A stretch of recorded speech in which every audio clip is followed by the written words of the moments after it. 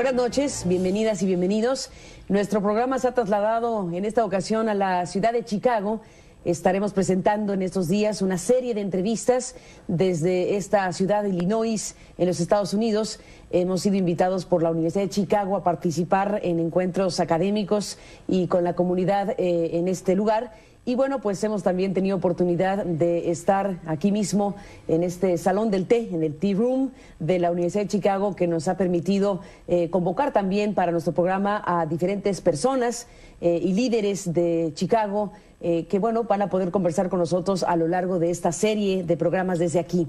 Yo le agradezco mucho en este lugar a Oscar Chacón, que es el director ejecutivo de Alianza Américas, que es una organización muy importante. Ya nos contará él los detalles. Que podamos hablar, Oscar, en esta ocasión para CNN, pues de tantos temas. Gracias por estar aquí. Bienvenido y buenas noches. Gracias, Oscar. Claro. Bueno, pues estamos en Chicago y muchas cosas, como digo, por hablar sobre lo que pasa en este lugar, sobre la conexión tan fuerte de Chicago con América Latina, con Centroamérica, con México, tú de El Salvador, desde luego.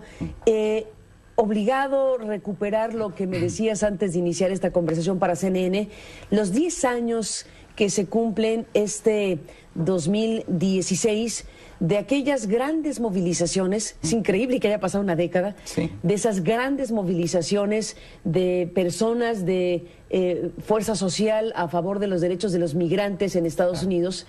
10 años después de aquello, Oscar, ¿qué balance se puede hacer? ¿Qué pasó y qué no pasó con aquello? Claro. Bueno, mira, es importantísimo recordar ciertamente que ya sucedieron prácticamente 10 años desde aquella primavera del inmigrante, que fue como muchos le denominamos, porque sucede algo sin precedente. Se dan movilizaciones sociales que en espacio de 3 meses movilizan a más de 6 millones de personas en Estados Unidos, en ciudades como Chicago, donde se origina en buena medida este fenómeno, pero que luego se extiende a muchos lugares de Estados Unidos, incluso lugares donde jamás había habido ningún tipo de despliegue social de la población inmigrante, principalmente mexicana. Por ejemplo, ¿en cuáles lugares? Mira, hubieron lugares, por ejemplo, en el sur, en Alabama, de los Estados Unidos, en Arizona, en el sur de Arizona, donde tampoco había habido nada de esta naturaleza, en lugares como Tennessee, en lugares como Omaha, en Nebraska, que jamás, te repito, había habido ningún tipo de movilización social que le permitiera a la comunidad inmigrante, principalmente mexicana, salir y decir, sí, aquí estamos, no tenemos miedo y estamos orgullosos. Y eso es algo que importantísimo recordarlo. Ahora, tú preguntabas cuál es la trascendencia de todo esto. Dame un segundito, Oscar, perdóname que te interrumpa, para recordar esas escenas y ese momento tan importante de hace prácticamente 10 años que se están cumpliendo en este 2016. Movilizó aquel impulso social a cerca de 6 millones de personas. Correcto. ¿Qué periodo duró esa efervescencia, esa expresión en las calles? Claro. Ese era el tema, ¿no? Sí. Salían a las calles, tomaban las calles. Sí, sí. ¿Cuánto duró ese periodo? Fue un periodo de movilización intensa de más o menos 3 meses. 3 meses. Del 10 de marzo, aquí en Chicago, hasta más o menos finales del mes de junio. Son un poquito más de 3 meses. Y bueno, volvamos al impacto. ¿Qué sí pasó y qué no pasó con aquello? Claro. Mira, es importante recordar el factor detonante, ¿verdad?, de esa gran movilización social fue la amenaza que se cernía en el Congreso de los Estados Unidos a razón de la aprobación en la Cámara Baja en diciembre del 2005 de una propuesta de ley que pretendía criminalizar la presencia no autorizada en los Estados Unidos cuando hablamos de población extranjera. Esto iba a ser un fenómeno que iba a afectar predominantemente a la comunidad inmigrante mexicana. Esta situación que sucede en los últimos días, si recuerdo correctamente, fue el 21 de diciembre que se aprueba esta propuesta en la Cámara Baja del Congreso y que llega a la conciencia social a principios de enero, porque obviamente sucede casi en las fiestas navideñas, pero al llegar a la conciencia social, esto se traduce en esta jornada de movilizaciones que ya hemos mencionado. Se logra frustrar la aprobación de esa propuesta de ley, la Cámara Baja finalmente se ve sola, el Senado no acompaña ese esfuerzo, se frustra, pero yo creo que la gran lección de la movilización del 2006 es que cuando un grupo social determinado, cuando una sociedad no está debidamente preparada para saber maximizar el beneficio político de una crisis como la que se cernía en aquel entonces, pues se queda corto. Yo creo que digamos, lección, el aprendizaje en retrospectiva es que deberíamos haber estado mucho mejor preparados para que ese momento álgido de movilización social se tradujera en un movimiento social mucho mejor organizado, mucho más robusto, capaz de poder cuestionar lo que sigue siendo lamentablemente cierto, y es que seguimos viviendo en un régimen político en el ámbito migratorio caracterizado por tres grandes principios: la exclusión, la restricción y el castigo desproporcional cuando los inmigrantes infringen esta ley de inmigración. Un espíritu, una filosofía, una idea de hablar de las Américas, y hablar de las Américas pues es evidentemente todo el continente y sus conexiones múltiples. Sí. Háblame de eso, háblame de el tipo de organizaciones que existen como esta que tú encabezas ejecutivamente. Claro.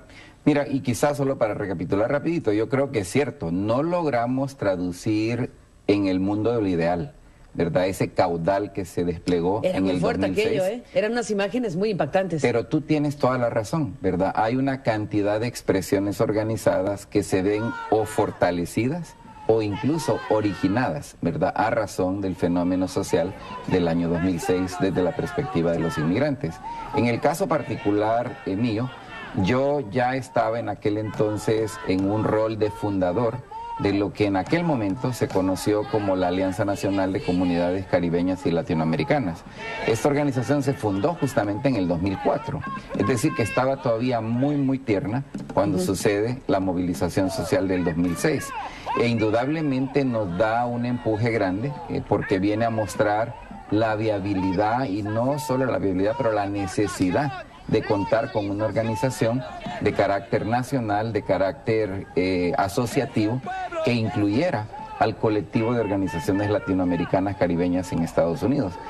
No pretendo decir que lo hemos logrado, aglutinar a todas estas organizaciones, pero indudablemente hemos construido una agenda que, por un lado, busca indudablemente tratar de incidir en los procesos de política pública que afectan de manera clara la vida de la población inmigrante mexicana, centroamericana, caribeña, suramericana en Estados Unidos, pero además hemos también fortalecido una perspectiva que sigue siendo muy única, y es que no es suficiente ver qué pasa con las poblaciones inmigrantes en los Estados Unidos, sino que también tenemos que hacernos la pregunta: ¿qué factores siguen empujando a nuestra gente a irse de su propio país? Y esto implica tener una perspectiva que nosotros hemos denominado desde el comienzo una perspectiva de acción transnacional, que nos permita también ir más allá de qué pasa a partir del momento que la gente llega a Estados Unidos, que ciertamente es un enorme trabajal, pero si no vemos los factores causantes de ese proceso migratorio, pues nos quedamos realmente cortos en poder solventar el desafío de las migraciones en el mundo en el que ahora vivimos. Sin duda, Oscar. Déjame hacer una pausa. Claro. Y regresemos. Bueno, en el tiempo que nos queda para este programa hay muchos temas. Evidentemente, déjame te adelanto el interés de platicar y de escucharte sobre el mapa político que se está gestando, que se está desarrollando en los Estados Unidos. Bueno, obviamente las contiendas por la presidencia, por las candidaturas presidenciales, lleva, entre otros, un ingrediente muy importante con el asunto migratorio. Se ha exacerbado el discurso, se han colocado posturas tan radicales como las de Donald Trump o algunos de los candidatos o aspirantes republicanos, y hay todo un tema, desde luego, que te queremos preguntar y escuchamos después de la pausa. Estamos de regreso en un momento más, volvemos con usted. Bueno, regresamos en esta conversación con Oscar Chacón, una conversación muy interesante aquí en la ciudad de Chicago, desde donde estamos transmitiendo este programa el día de hoy, en esta serie para usted. Hace rato, antes del corte, Oscar, te decía que me importaba mucho escuchar de tu voz el análisis de lo que está pasando pues en esta disputa de poder, al final de cuentas, que se da con motivo de las elecciones que están por realizarse en este país por la presidencia. Estamos en la fase de la disputa por las candidaturas de los partidos políticos y desde luego el tema migratorio ha exacerbado el discurso con voces tan singulares, llamémosle así, algunos dirán retrógradas, como la de Donald Trump o algunos de los candidatos o aspirantes republicanos. ¿Qué desafío tan grande para Estados Unidos, para sus electores, para la comunidad migratoria, para los que aquí habitan este país. Lo que está en juego, te pregunto, Claro. Oscar, en este momento. Mira, en primer lugar es importante entender que la elección, el proceso electoral del 2016 realmente es un proceso, yo diría, muy peculiar, que no hemos visto en mucho tiempo en Estados Unidos porque confluyen una serie de factores que han hecho ya de esta campaña electoral, repito, una de las más interesantes en épocas recientes. ¿Pero qué la hace tan diferente? Mira, lo más importante creo detrás de lo que estamos viendo es el efecto acumulado de casi 40 años de concentración cada vez más salvaje de riqueza en pocas manos. Y es importante entender que este proceso de concentración de riqueza que se ha dado a lo largo de los pasados 40 años no ha sido necesariamente un proceso que ha empobrecido a quienes ya eran pobres, sino que en esencia es un cambio en cuanto a dónde se ha concentrado más la riqueza y se ha despojado de riqueza. ¿De dónde se ha transferido? ¿A dónde dices? De la clase media, específicamente, a la clase ultra rica del país. Incluso aquí se habla mucho del 99% versus el 1%, pero en realidad te digo, si uno ve con detalle, la concentración de riqueza es incluso mucho más grave en un pequeño sector del 1%, que es prácticamente un centésimo de 1%, donde está verdaderamente concentrada la riqueza. El efecto de esto es que la sociedad estadounidense hoy es una sociedad afectada por un profundo temor, una profunda incertidumbre sobre qué depara el futuro. Ese temor es lo que una figura política como Donald Trump está aprovechando a cómo se puede. Y a esto también hay que añadirle la inseguridad económica, especialmente en la gente blanca en Estados Unidos, la gente que ha sido la mayoría de la clase media, hace muy fácil despertar otros prejuicios sociales que han estado ahí siempre. El racismo, la xenofobia, que siempre han estado presentes, ahora se vuelve muy fácil despertarlos nuevamente y convertirlos en factor de movilización, en este caso electoral. Esa es para mí una de las razones que hace tan interesante esta campaña. Pero fíjate que hay otro fenómeno súper interesante. La gente en Estados Unidos, y no te hablo del colectivo inmigrante, sino de la sociedad en general, está harta de lo mismo de siempre. Está harta de las soluciones de ayer. En este sentido, un Donald Trump logra muy ingeniosamente captar este sentimiento y te está combinando, por un lado, una agenda claramente extremista en la manera como se vende como candidato, pero a su vez está también haciéndolo desde una lógica de desafiar lo convencional, de desafiar lo establecido. Y claro, es un tipo que tiene una cantidad de recursos a su disposición que le permite hacer esto con más efectividad que cualquier otro. Aunque hay que reconocer lo interesante también del lado demócrata. La candidata que se suponía que para esta fecha debería de estar absolutamente coronada como la nominada del Partido Demócrata, bueno, no lo es. Estamos por empezar una de las primeras fases más importantes, las primarias en Estados Unidos. ¿Pero qué le pasa a Hillary? Mira, Hillary, el problema más grave que tiene es que es vista esencialmente como alguien que viene de ese estandarte convencional que no ha solventado los problemas de esta sociedad. Entonces, todas las virtudes que pueda tener una candidata como Hillary Clinton, por su experiencia, por sus años de familiaridad con el sistema político, por el hecho que estuvo en la Casa Blanca por 8 años, a su vez se vuelven sus más grandes flancos ante un electorado que, insisto, está muy fastidiado con lo mismo de ayer, con lo mismo de siempre. Entonces, desde tu punto de vista, Hillary no tiene ganada la candidatura, en pocas palabras. Todavía no, y de hecho, fíjate que están prácticamente empatados en encuestas de opinión públicas con Bernie Sanders. ¿Crees que pueda, sí, realmente estar en disputa esa candidatura? Mira, yo creo que obviamente está en disputa, pero digamos, ¿está realmente Hillary peligrando esa candidatura? Sin duda, hay un temor enorme dentro de la precandidatura de Hillary Clinton. ¿A pesar de que Sanders se haya declarado socialista?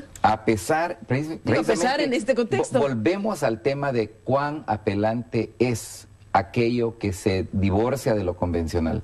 Sanders también está aprovechando esta característica Pero fíjate peculiar. que extremos, si fuera el caso, un hombre que se Sin declara duda. socialista y Donald Trump en los extremos de una disputa de esta índole. Insisto, lo que se divorcia de lo convencional se vuelve muy apelante en un momento político, social, económico, como el que está viviendo la sociedad estadounidense. Obligado a preguntarte, Oscar Chacón, sobre el propio Barack Obama, este presidente que finalmente tuvo está en su segundo periodo de presidente de los Estados Unidos, y bueno, una agenda, la de Obama, que en el recuento de las cosas ha tenido victorias, derrotas y grandes omisiones, Claro. o dificultades o impedimentos, o como queramos verlo.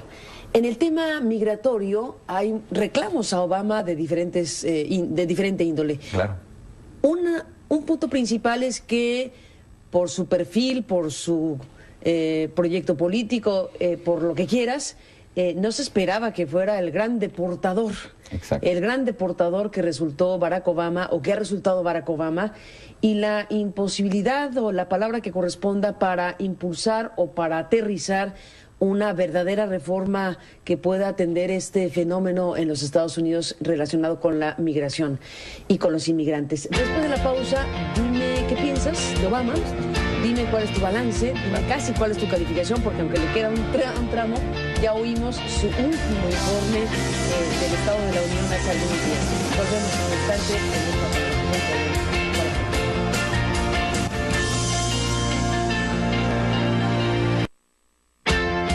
Entramos en la parte final de esta conversación. Volvemos con usted en un instante.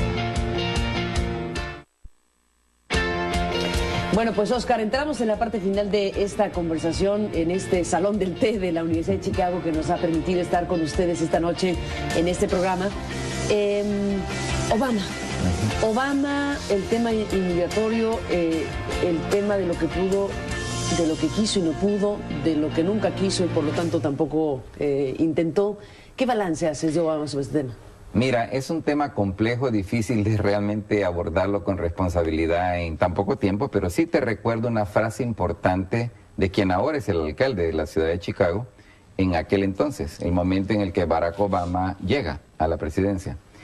Él dijo que, y ha estado haciendo eco a una frase histórica pues, de la política en Estados Unidos, donde se dice que una crisis es algo terrible de desperdiciar. Sí. La realidad es que si tú analizas el contexto, ¿verdad?, en el que Barack Obama llega a la presidencia, hubo una oportunidad enorme de dedicarse a una agenda mucho más agresivamente transformadora de la realidad económica, social, política del país, porque Barack Obama llega con un capital político preciado, o sea, un capital político envidiable al momento en el que él asume la presidencia. Desdichadamente, fue, en mi opinión, al menos, una crisis desperdiciada. O sea, no se logró verdaderamente entender cuán transformador podía ser ese momento de llegada a la presidencia, enero del 2009. Y consecuentemente, lo que sucede es que la administración Obama se plega más bien a posturas que eran lamentablemente las posturas de cualquier otro gobierno en cualquier otro momento, es decir, irse por lo muy convencional, en vez de revolucionar ideas, en vez de plantear nuevos paradigmas. El ámbito migratorio solamente era uno de ellos. Más bien se busca reforzar lo existente. Y yo creo que ahí residió en buena medida el error de lo que ha sido estos pasados 7 años y medio de la administración Obama. En el ámbito migratorio, tú lo señalabas, la crítica fundamental que no ha logrado ser superada es de que Barack Obama ha sido el presidente que más personas deportó a lo largo de su administración. Él ciertamente hace cosas en el ámbito de decretos administrativos, como lo hizo en el año 2012, tratando de aliviar la condición migratoria de jóvenes sin papeles en Estados Unidos. Lo hace de nuevo en el año 2014, 20 de noviembre del 2014, anunciando 2 medidas más de protección migratoria, las cuales lamentablemente son prácticamente neutralizadas en el sistema judicial por el estado de Texas y 25 estados que respaldan esta demanda.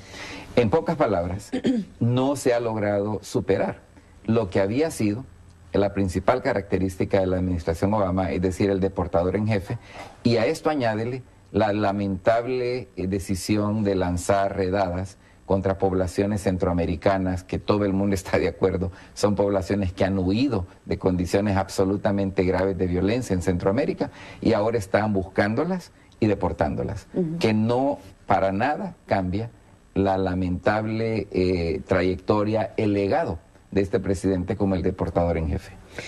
El deportador en jefe, qué fuerte la frase para cerrar este programa, muy dura, pero efectivamente es parte de lo que es este balance obligado de la gestión de Obama, que bueno, además hablando de Chicago, pues Obama y Chicago están íntimamente relacionados en sus historias.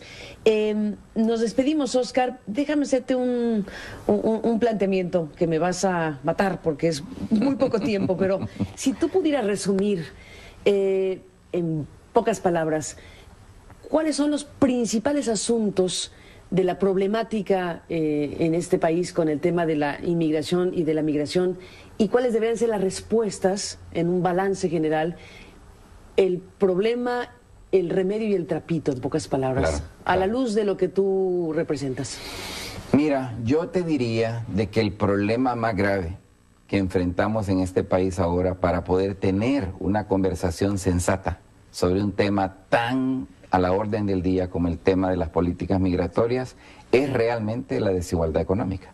Este tema empaña, este tema nubla la posibilidad de tener una conversación sensata. No hay duda que el país necesita urgentemente una conversación nueva sobre este tema basada en la evidencia, basada en los datos y no basada realmente en planteamientos ideológicos. Y yo también diría que a esto habrá que añadir dos cosas más que habrá que atacar con mucha fuerza. El racismo, que lamentablemente también se ha agudizado en los últimos años. Tú me preguntabas de Obama. Bueno, si vemos a Obama desde la lógica de la ascendencia del racismo, habría que ser justos y decir que haber sido el primer presidente negro no es cosa fácil. Hombre. Y luego viene la xenofobia, sí, que indudablemente también ha visto un renacer fuerte. Y estas cosas no las vamos a superar a menos que seamos capaces de agarrar el toro por los cuernos de la desigualdad económica de una forma más rigurosa, más profunda, que nos permita comenzar a crear un entorno más positivo, más saludable, para poder abordar conversaciones importantísimas del futuro de este país, como lo es la política de inmigración. Pues Oscar Chacón, te aprecio mucho que nos hayas permitido conversar contigo en esta visita que hacemos a la ciudad de Chicago. Estaremos en comunicación, siguiendo de cerca lo que pasa aquí, desde luego, con mucho interés, y por lo pronto gracias por estar aquí. Es un honor para mí. Gracias, Oscar, por estar aquí, y gracias a usted que nos permitió acompañarle esta noche. Estamos en esta serie que hemos desarrollado para presentársela a usted en estos días desde la ciudad de Chicago, en los Estados Unidos. Gracias a la Universidad de Chicago que nos ha permitido este espacio para poder conversar con nuestros invitados y poder transmitir esta serie a lo largo de esta semana. Gracias, hasta la próxima, buenas noches y que descansen. Importantísimo recordarlo. Ahora, tú preguntabas cuál es la trascendencia de todo esto. Dame un segundito, Oscar, perdóname que te interrumpa, para recordar esas escenas y ese momento tan importante de hace prácticamente 10 años que se están cumpliendo en este 2016. Movilizó aquel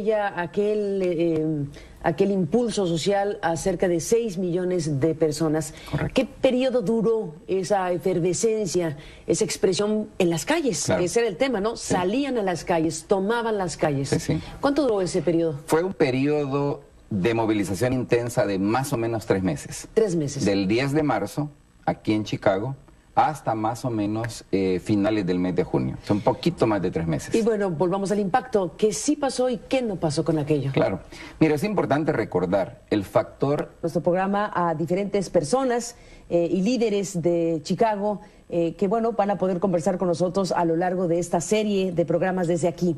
Yo le agradezco mucho en este lugar a Oscar Chacón, que es el director ejecutivo de Alianza Américas, que es una organización muy importante. Ya nos contará de los detalles. Que podamos hablar, Oscar, en esta ocasión para CNN, pues de tantos temas. Gracias por estar aquí. Bienvenido y buenas noches. Gracias, Oscar. Claro. Bueno, pues estamos en Chicago y muchas cosas, como digo, por hablar sobre lo que pasa en este lugar, sobre la conexión tan fuerte de Chicago con América Latina, con Centroamérica, con México, tú de El Salvador, desde luego.